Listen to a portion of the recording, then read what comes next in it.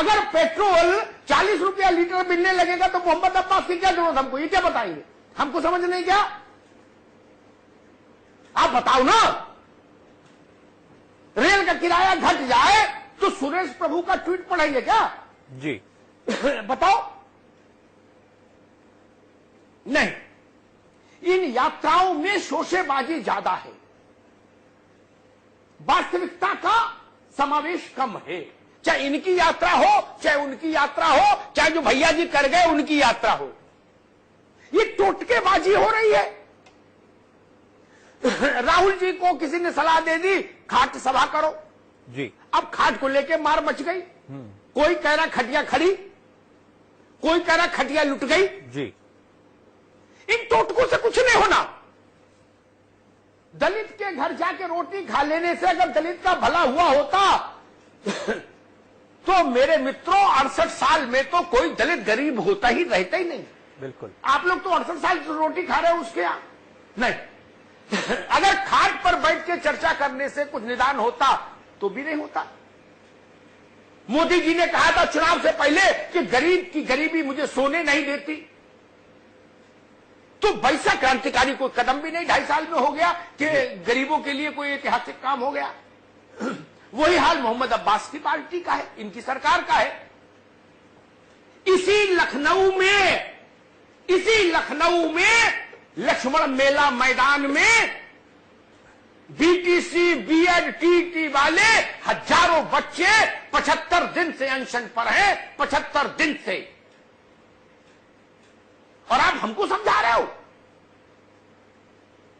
75 दिन से नौजवान अनशन पर हैं जी। मेरी आंख में आंसू आ जाता है। 2.5 लाख अध्यापकों के पद खाली हैं बेसिक एजुकेशन में, प्राइमरी शिक्षा में उत्तर प्रदेश में 2.5 लाख, और उसके बावजूद भी प्रशिक्षित और योग्य लाखों अभ्यर्थी सड़कों पर भटक रहे हैं। क्यों? ये किसकी जिम्मेदारी है? ये बराक ओबामा की जिम्मेदारी है क्या? बिल्कुल। ये नवाज शरीफ की जिम्मेदारी है, ये आपकी जिम्मेदारी नहीं। वो नौजवान हैं लेकिन उनकी आंख के आगे अंधेरा है जी।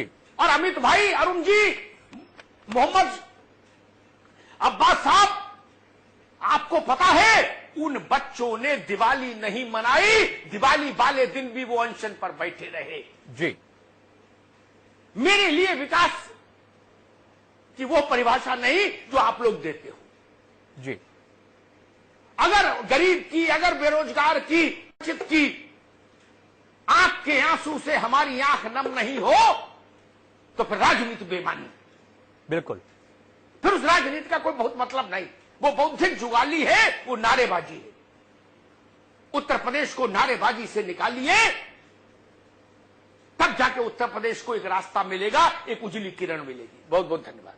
अरुण प्रकाश जी बहुत बहुत शुक्रिया, अमित पुरी जी आपका भी बहुत बहुत शुक्रिया, मोहम्मद अब्बास साहब आपका भी बहुत बहुत शुक्रिया, अमिताभ जी आपका भी बहुत बहुत शुक्रिया चर्चा में शामिल होने के लिए और तमाम चीजें हमें बताने के लिए। अब यात्राओं का दौर शुरू हो रहा है एक बार फिर से समाजवादी पार्टी की, न कहकर अखिलेश यादव की यात्रा कहें तो बेहतर होगा। उधर बीजेपी भी यात्रा करने जा रही है।